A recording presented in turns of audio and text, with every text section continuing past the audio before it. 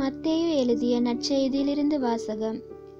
அதிகாரம் 4, இறைவசனங்கள் 35 தொடக்கம் 41 முடிய.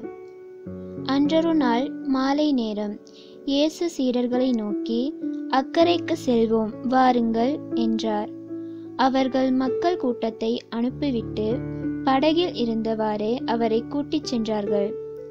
வேறு படகுகளும் அவருடன் சென்றன. அப்பொழுது ஒரு பெரும் புயல் அடித்தது. அலைகள் படகின் மேல் தொடர்ந்து மோத அது தண்ணீரால் நிரம்பிக் கொண்டிருந்தது. அவரோ படகின் பிற்பகுதியில் தலையணை வைத்து தூங்கிக் கொண்டிருந்தார்.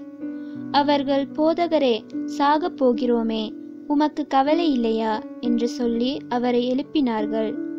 அவர் விழித்தெழுந்து காற்றை கடிந்து கொண்டார்.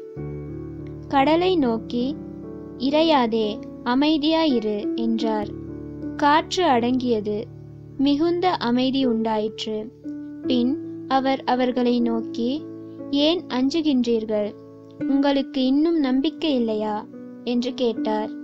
அவர்கள் பேரச்சம் கொண்டு, காற்றும் கடலும் இவருக்கு கீழ்ப்படுகின்றனவே, இவர் யாரோ என்று ஒருவரோடு ஒருவர் பேசிக்கொண்டார்கள். இது இயேசு கிறிஸ்து வழங்கும் நற்செய்தி. கிறிஸ்துவே உமக்கு புகழ்.